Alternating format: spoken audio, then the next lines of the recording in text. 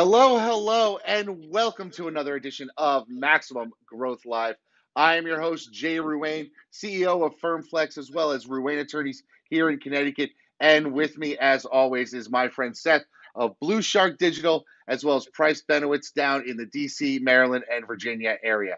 Today is a special show and one I know you can come back to multiple times over the next year, because that means today is our 10 growth hacks for 2021. And I've been waiting for this show for a long time. I said, I I've been know you have, super Jay. excited about this show. I'm getting live. I'm ready to go, getting in my seat. And I know you've been looking at everything that you do, both at Blue Shark and at Price Benowitz, to find some great ideas that we can share to help our viewers and listeners grow with their firm in the next year. But before we get started, Seth, let's tell some of the new people here today a little bit about our show and our community. For those of you new to Max Growth Live, we're a weekly Facebook show brought to you as part of Maximum Lawyer Media, the home of the Maximum Lawyer podcast. Our show is syndicated on their podcast, as well as a standalone podcast you can subscribe to. We are live 2 times a week on Tuesdays and Thursdays on our Facebook page, covering all sorts of topics about law firm growth, including segments on books you should read, automations, and tech you can use, as well as hot seats where we bring lawyers on and help them dig into some of the problems their firms are facing. Maximum Lawyer is the largest podcast for entrepreneurial lawyers with over 250 episodes and one of the most active private free Facebook groups available, with thousands of lawyers sharing their moves to make their firms a better practice. Thank you, Jim and Tyson, the founders and owners of Max Law, for including us in their community. Okay, so Seth, here's what we're going to do. We're going to take a quick break, hear from some of our sponsors, and when we come back, we're going to share hacks 1 through 4 for growing your firm in 2021.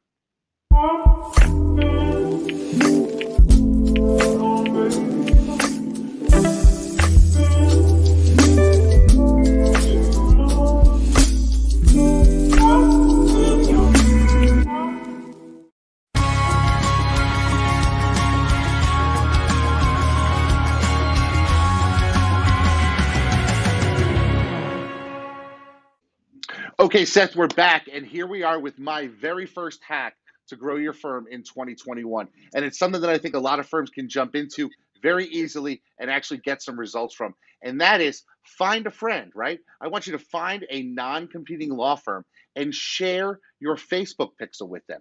Because inevitably, we refer business to our friends.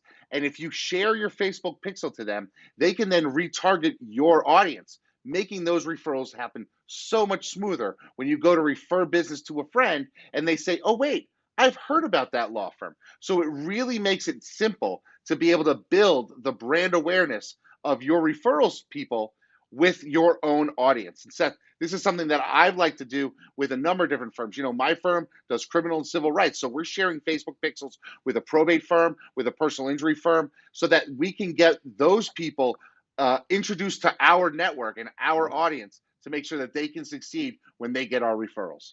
That's great. I got a question on that, Jay. Would you recommend doing it to synergistic firms? For instance, if you were going to, like, it takes a lot of effort to build these relationships and get it going. For instance, family and trust and estates, a lot of synergy, criminal and PI. Do you think a little bit of thought should go in before you just randomly put pixels on people's sites?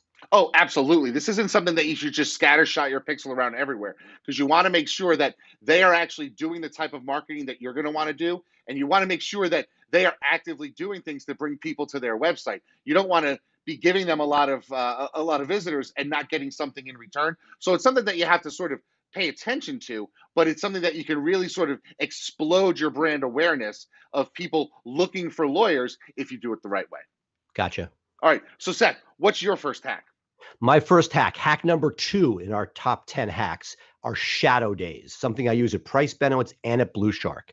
Post-interview, before the person gets an offer, we have them spend a day or at least a half day with our team. The idea is if they're sitting at the job and they're doing the job, it has to be done virtually now, which is why we've shrunk the time down a little bit. But the idea is having them online, having them ideally interact, because what you're looking for is level of interest, questions they're asking. When you give them feedback, are they incorporating it and taking that in? This has been a game changer for us in our hiring process, and our results as far as the number of people that have crapped out soon after the hire have gone down dramatically. So we are huge fans of shadow days. Yeah, I actually stole that from you about 9 months ago, and we brought somebody in pre-COVID, thinking that they on paper they looked great, got them behind a desk, and they crashed and burned.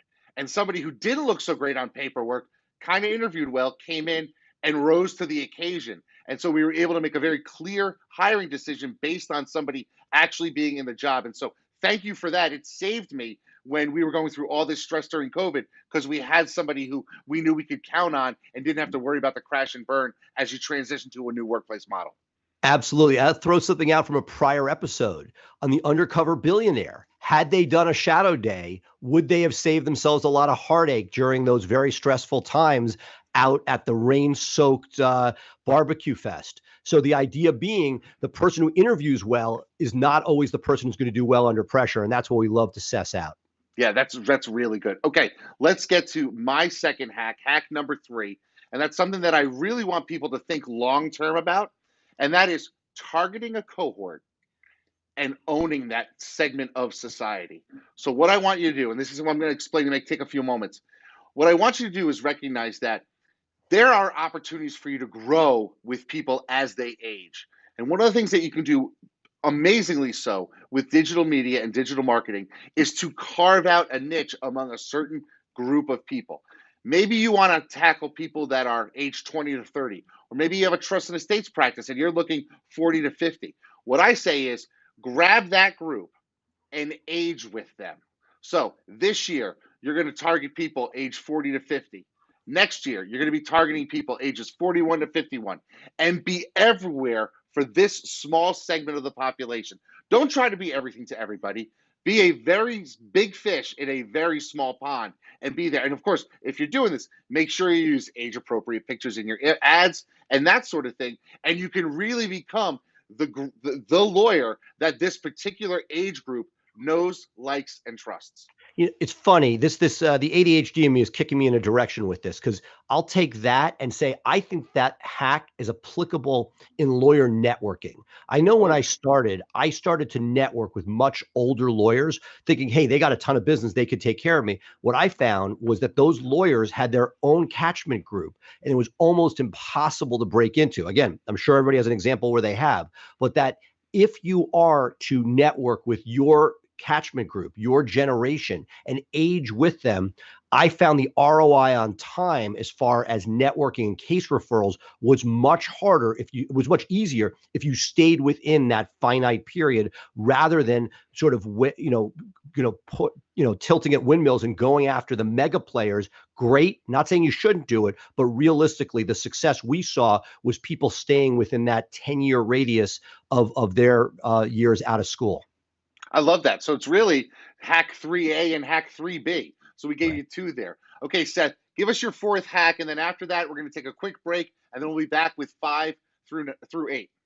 Hack number 4, plant seeds. So those of you who know me know that I love SEO, right? SEO doesn't happen overnight. It takes time. When you first launch a site, it's in a sandbox. It takes forever for Google to recognize the site.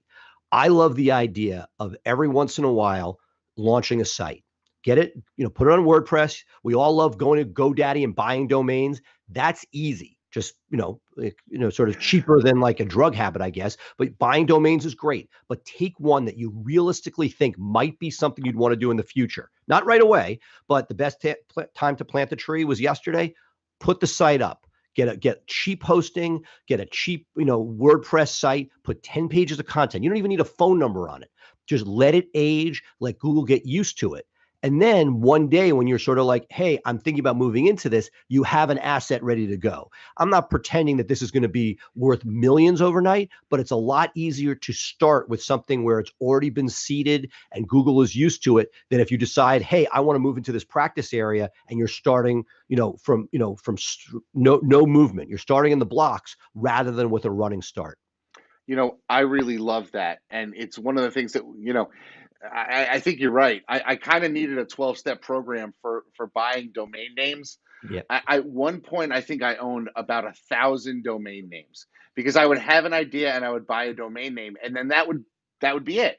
I would just scratch that itch with buying a domain name, and it was getting costly. I mean, we're talking $10,000 a year in renewal fees for just my domain names. I had to cull that down and get rid of a lot of bloated expense there. But that's a phenomenal idea to sort of start something up small and then come back to it in a couple of years. I think you had an example of I, of I a did. practice where you just happened to stumble upon an old site of yours, right? Tell It, everybody about that. Yeah, sure. Going to the beach this summer. We were going to a socially distant beach vacation, and we're driving around the DC Beltway, and sitting there on my phone. The wife is driving, and I Google injury lawyer, and I had forgotten that I had built a secondary site. We put so much emphasis into Price Benowitz that we had a secondary specialty site that happened to be based in that neck of the woods where we had an office, and all of a sudden I'm driving around and this thing popped and I'm like, oh my God, we have an asset that I had forgotten about. We're going to, took it, put it back on stage and got it cleaned up. And all of a sudden there's another viable bite at the apple in a competitive market that I never would start today flat footed. But the fact there's already something in it, I'm like, that's pretty cool. Yeah, it's one of these things. You put multiple lines in the water. At some point, some fish is going to come by and grab onto one of those lines. And And it's a so it's a lot cheaper, doing this, right? We talk about your habit of buying domains. Guilty. I finally am thinning out my nonsense domains this year. I felt very empowered, but I feel like it gives you an opportunity. Jay, I've given you some flack about it, but you have all these great ideas. It's a limited amount of resources to go in. And if you decide you really want to do it, it's there, but it gives you a way to sort of funnel that energy for an aspirational idea, which you can then, rather than like starting the practice and figuring out, hey, I really didn't want to be doing it. It gives you time, that 45 days, or in this case, I recommend longer, letting it sit 9 months and then figuring out, do I still really want to do it? And theoretically, you'll be in a position where if you do, you now have an asset that's worth something. All right. So that was top four, right? We got our first four hacks there. I guess I could say we got 4A and 4B. 4B might be log into your GoDaddy account or wherever you buy your domains and maybe take them off auto renew if you're not going to be That's actually what we using did them. this year. Look, and also, well, I'll make it 4C, which is, this is something I talked about a lot, but that in theory, the Google is reading. They're a registrar. They know how long domains are registered for. I recommend any meaningful domain, at least 5 years. Why not 10? Have it locked in. If it's your mothership domain, why is this year to year where you might forget about a credit card and have a crappy admin and lose a domain? You hear about those horror stories. 10 years, ideally 5 years minimum. It's been said to be a ranking factor. Don't know how true that is still, but why not? If it's a possible ranking factor and you want to make sure you don't lose it, maximize it. Oh, Number two. I know firms that generate $1 million a year off of their digital marketing and have let their domain name disappear because nobody was paying attention to it. So great advice. Okay, let's take a quick break. When we come back, we'll have 5, 6, 7, and 8, our growth hacks for 2021. We'll be right back.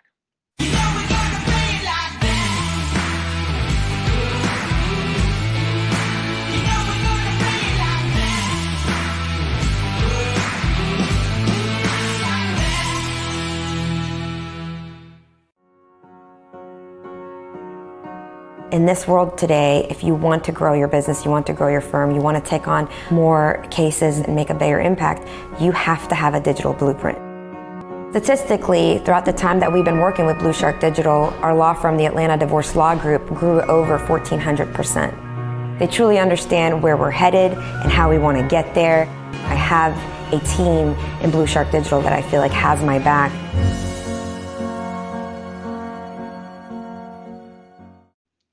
Okay, Seth, we're into the second segment of our 2021 growth hacks. And here we go with hack number 5. And this is one of mine that's been working for a number of friends and myself here in Connecticut. And I want everybody to be able to try it out. And that is creating an Ask a Lawyer group on Facebook. And here's what I mean by that.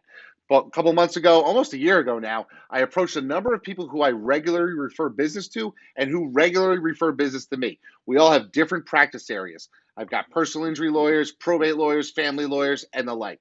And so what we did is we decided to combine, create an Ask a Lawyer group, and promote that to the public. Because one of the things that's most difficult for the public to do is actually overcome that hurdle of reaching out to a lawyer and saying, hey, I have a question I need answered. Because they're afraid to do that. They know it's going to be expensive and they don't quite know how to go about it.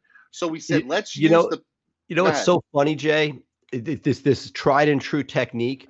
When I first left big law, I went to make my millions in the dot-com bubble. U.S. law had a very similar chat with a lawyer function. And what I think why you're onto something, not everybody wants to pick up the phone and talk. It's a lower bar that gets people into your funnel asking questions. Avo's done a great job with it. I love that you're leveraging it with your compatriots in the community. Yeah, so I mean, really, what we did is each one of us threw in $100, and I think it's what you need to do if you're going to create an Ask a Lawyer group in your community. And it doesn't have to be statewide; it could be in your county, it could be in your city, it could be anywhere. But what we did is we each threw in $100, so we had $1,000. It's a pretty decent budget to spend on social media in a Right. short amount of time, and we just promoted our Ask a Lawyer group out there, and immediately started getting members in, and they started asking questions. And now we're seeing every day, hey, who can I talk to about a probate issue? Hey, who can I talk to about a workers' comp issue? And all we're doing is that all the members are tagging the right lawyer in it, and that's turning into business, paying business to the members of our group. And what we found, not only did we get paying business out of it, we got some promotion stuff because our local lawyer media service picked it up and put it out to everybody. We got a lot of lawyers wanting to join the group because they love the idea. They didn't come up with it on their own. But really, what we're able to do is provide a service to the community and allow people who have that one-off question, hey, what do I do about this? What kind of lawyer should I talk to? We're giving them the answers, and it's creating a dynamic in the group that people are able, and it's great too for getting reviews, because a simple question you can answer for somebody, and you do that and then send them a message saying, hey, can you give me a review? I'm getting more reviews out of the Ask a Lawyer group than I am out of some of my paying clients, That's because awesome. they're happy to do it because I just answered their question and then we were able to move on. So that's a hack that I think everybody can do. And as we know, Facebook, the biggest social media platform, really got into promoting groups. So it's a great way for you to take advantage of some of the things that Facebook is doing internally to amplify your brand. What's Love your it. next Love what's it. your next hack? Number 6, always be recruiting. Whether you're a small firm looking to just insulate from the key person leaving, or hiring the next person, or looking to see, was there a lawyer I can bring in that can cash flow themselves, to myself where I'm trying to grow and build, the idea that you're always recruiting, I think, is central. I've gotten to the point where I have an in-house recruiter. You may not be there yet, but the idea that you're casting lines into the water to see, hey, can I upgrade? Can I add another person? Because we've talked a lot on the show. When should you add another person? By the time you're sort of underwater, it's too late. You want to have that pipeline of talent.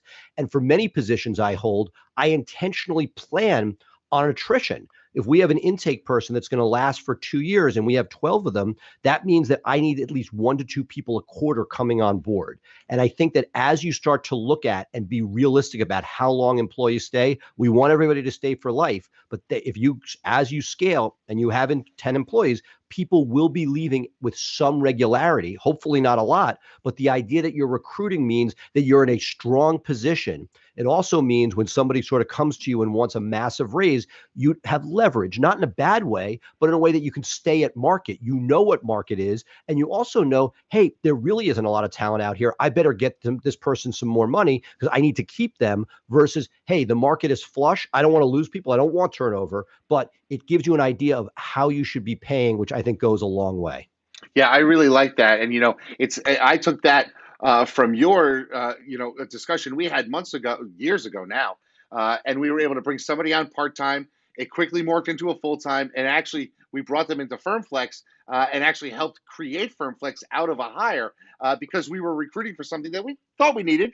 And it worked out, and it's continued to grow, and it's growing by leaps and bounds, and it's wonderful. And I think one of the other things that you do if you are always recruiting is that you're showing the legal community that you're in growth mode. And there's an old saying that families in this country are either rising or they're falling, right? And same with law firms. Law firms are either rising or they're falling. And by showing that you're in growth mode by hiring, it allows people to say, "Oh, well, they're doing something right," and that helps in your just in the respect you get in the community. No, absolutely. I'll leave you with one thing. We'll call it 6B, is that when you're recruiting, I know there's a lot of people, you put out an ad, they have to FedEx you a letter that's been, written in 3 different colors to show that they're following directions. That's great. But there's so much serendipity. If you have an ad out for a receptionist and you end up getting a kick-ass paralegal, you mean be like, hey, I'm getting close to needing a paralegal. This person looks perfect. We right now are in the middle of a hiring place where somebody was being recruited as a PI lawyer. They sent in their application. We look at the resume. It's screaming family law. We're like pivoting there. And the idea is that happens more than you can believe as we've scaled, that people apply for one job. And as long as you have a good team looking at it or yourself looking at it, you're going to be able to identify talent as you did with your FirmFlex person, that people may be coming in. They need a job, but you know where they can fit based on their experience. Yeah, it's one of those things where like the college recruiter sees the kid as a wide receiver and not the quarterback that he's played his entire life. And then next thing you know, he's in college and he's breaking all sorts of records because there's talent there. It just was maybe misapplied or not seen by the right people. Well, or look, I'll take it the opposite, which is the guy everybody in every rock star in college is coming out as the quarterback. It's the guy who says, okay, you would be on the bench for the next 4 years as a quarterback, but I can use you here because you're an amazing athlete. You were the best athlete on the field. And that's the sort of yin yang that I love. Yeah, I love it. Okay, next one up. We are going to talk a little bit about a hack that we've actually started using very aggressively here in my office, and it's turning into something that makes a difference to our bottom line. And that is using digital media. So we're taking 6-second ads and we're running them not only on YouTube, because you can do a 6-second unskippable YouTube pre-roll ad. And really, 6 seconds is enough to tell people about your brand and what it is that you do. If you're just looking to get volume of impressions, you're saying, hey, look, for us, we're speeding ticket lawyers. And that's all people need to know, that lawyer exists and I can search and I can find them. But so we're taking the 6-second ad and we're running it on YouTube as an unskippable bumper ad. We're also taking that same 6-second ad and we're running it on Facebook as a video ad. And you say, wow, you could run so much longer as a video ad. Why would you just run 6 seconds? And here's why. The average person watches about 5 seconds of a Facebook video ad. If you show them a 6-second ad, chances are they're watching 75, 90, or 100% of that ad. And Facebook rewards ads by pushing them more if people watch more of them. So you're telling Facebook, hey, I've got this ad out here and people are watching 90 to 100% of it. Show this more, please. And Facebook is saying, well, if people are watching 100% of it, it must be engaging people. So what I recommend doing is get a 6-second ad, run it as an unskippable bumper, and also run it as a Facebook ad and build your brand that way. That's awesome. Love it. Yeah. Okay, Seth, what's your next one? Number 8. For me, the challenge is I'm a people person. I go to conferences, I meet people, I take lunch with, people say, hey, you should meet so-and-so. I take a lunch. I'm sitting on the sidelines of soccer games and I see parents who work for a law firm. We get to talking. I collect business cards here, right sitting at my desk, stacks of people I need to get back to. I counted the other day. I have 17 shoe boxes of business cards. So what is the hack? The hack is, how do you take these contacts and get it so it's systematized using the J world? How do I take all the people I meet and make sure I stay in touch with them? So I use an assistant at the office, and every time I go to a conference or I meet somebody new, I take a picture of the card or cards and I send it in. And that there's a protocol that's followed. They're added to my LinkedIn, Facebook, if applicable, added to our newsletter list. And in a perfect world, a personal note is sent out saying, great to meet you, with an additional business card that they can then, that'll be right in front of them when they're sitting at their desk. It is something that I believe about 75% of could be done with overseas virtual assistants. And you got to be careful. Anything you're doing with a personal note, you probably want to be a little more circumspect and have something domestically doing. But the idea being that all the people that you meet, it's great that you meet them, but like dating, or any other analogy you want to use. It's, do you stay in touch with this person in some way, shape, or form? And so while Jay is trying to stay top of mind with the general public, to me, this is the way you stay in top of mind of somebody who you've broken bread with, you've spoken to at a cocktail party. How do you make sure the father who does a non-competitive area of law that you meet on the soccer field stays in touch and remembers you? You think a lot of yourself, but what are the odds they're going to remember you when they need you? And that only happens if you're popping up on LinkedIn, if you connect on Facebook, if they're getting your newsletter. Those are the touch points. Make sure there's a system in place and not just left to happenstance. I really love that. You know how I love systems, but nothing is more of a dagger in the heart than when you run into somebody 6 months later and they say, "Oh, I had a great referral for you. I sent it to so-and-so. I forgot to send it to you. I wish I would have remembered." There is nothing that is more heartbreaking than that to me in the context of legal operations. And so your way of systematizing it really, I think, resonates with me. And I'm sitting here thinking this is something that I need to sort of create a system for, yesterday. So here's what we're going to do next. We're going to take another quick break, hear from our sponsors again, and then when we come back, we're going to wrap up the show, top 10 growth hacks for 2021. And let's do that right now, Seth. We'll be back in a few minutes. And then when we come back, we'll wrap up the show, have a little chat, and we'll send people on their way. Sound good? Sounds great. Awesome.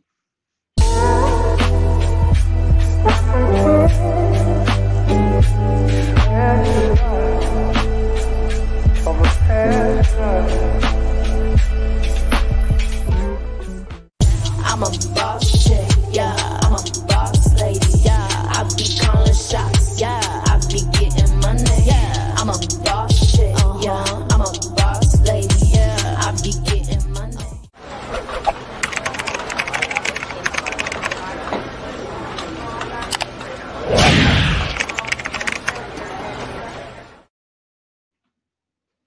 Okay, Seth, we're back with our last two hacks in our top 10 growth hacks for 2021. And this one falls on my shoulders, and here's what it is. I want you to invest more time in video. And by doing this, you're not only going to be putting video out to your people live on your Facebook page or whatever, but videos that you've used on your YouTube page or just on your website altogether.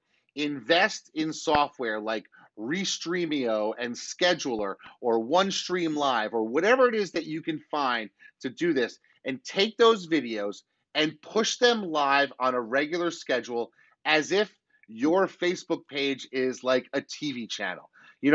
Facebook has a love of live video, and people tune in to live video. It's amazing to me, if I go live on my Facebook feed, how many people will pop in and see what I'm doing live, right? There's just something about that little blinking red live thing going on that gets people to stop what they're doing and pay attention.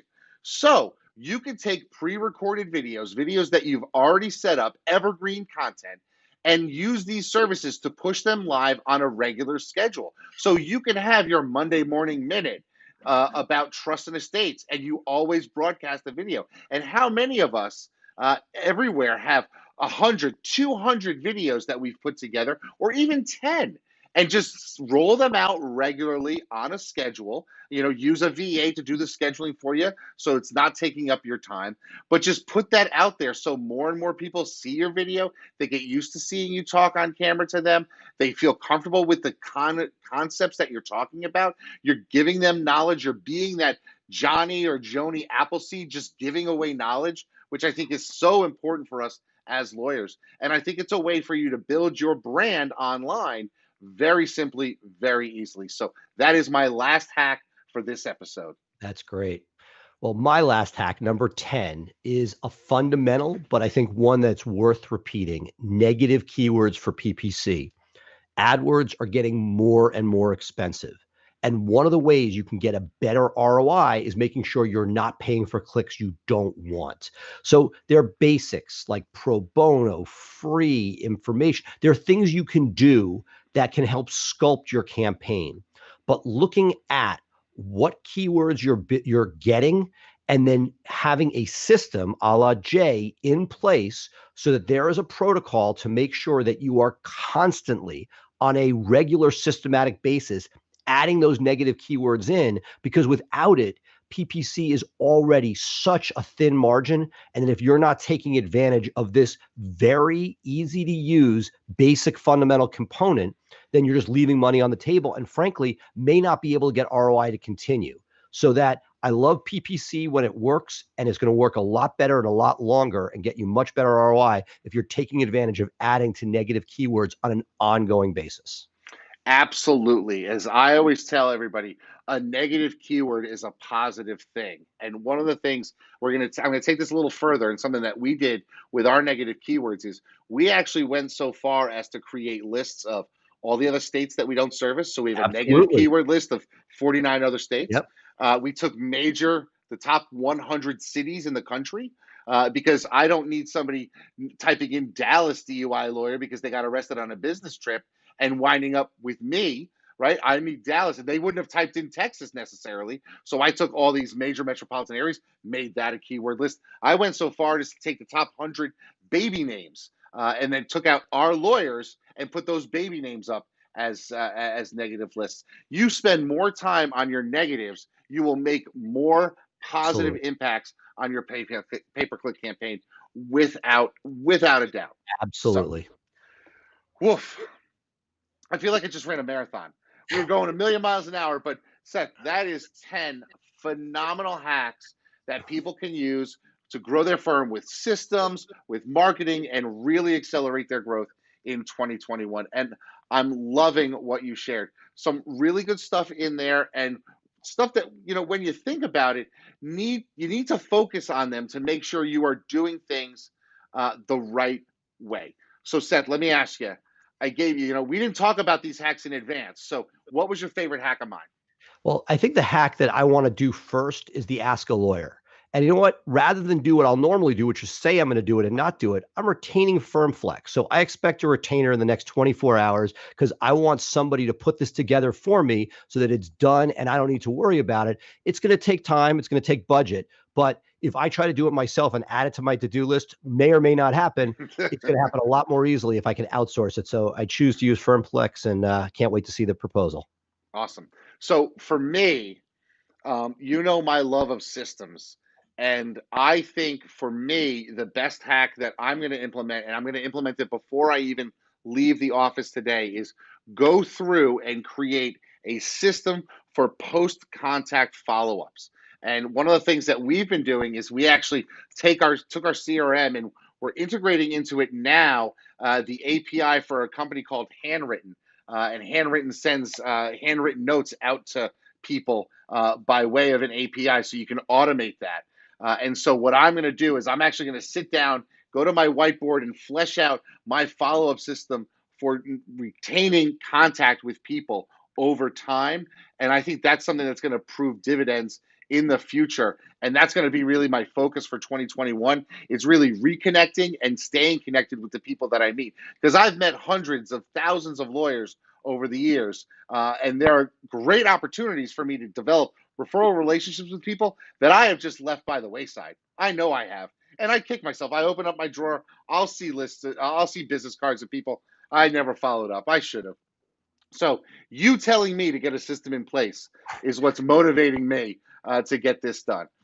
So that's what it is. And I can't believe I'm going to say this, but I actually have another hack. But I can't do it right now because we are running out of time. So one more hack from me is going to come on next Tuesday's show. Seth, do you have another hack that you can give on Tuesday? I'll find another hack. We had All right. 2 or 3 that didn't make the cut, so we'll find another Okay. great one. So I have one more that I want to talk about, and I kind of want to give it now, but I kind of want to get people to come tune into the show on Tuesday. So that's what we're going to do. We're going to do 2 more hacks for y'all on Tuesday in our next show. So I want to make sure that you head over now. Make sure that you like our page, Maximum Growth Live. Make sure that you subscribe to get the updates so that you can always be known what's going on and when we go live. It's going to be great stuff that you can use, I am sure. But for now, we are going to sign off with this edition of Maximum Growth Live. I am Jay Ruane. He is Seth Price. I am FirmFlex. He is Blue Shark Digital, and we are here to help you grow your firm in 2021. Be sure to tune in every week on Tuesday and Thursday for our live Facebook shows. Make sure you listen on the go through the Maximum Lawyer podcast, where we are syndicated. So thank you to everybody for being here today. We look forward to seeing you on another edition of Maximum Growth Live. Bye for now.